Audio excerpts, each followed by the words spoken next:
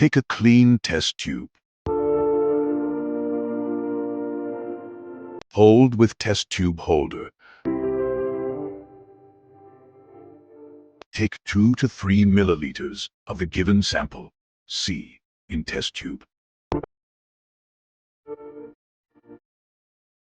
Add 2 to 3 milliliters of Benedict reagent to the same test tube.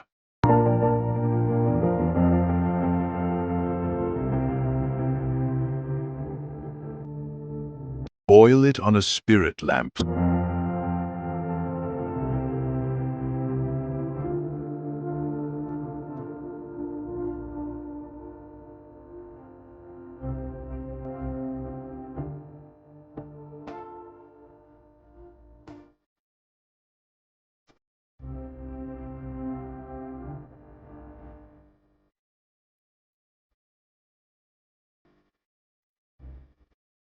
Slowly, the color starts to change from green color to brick red color.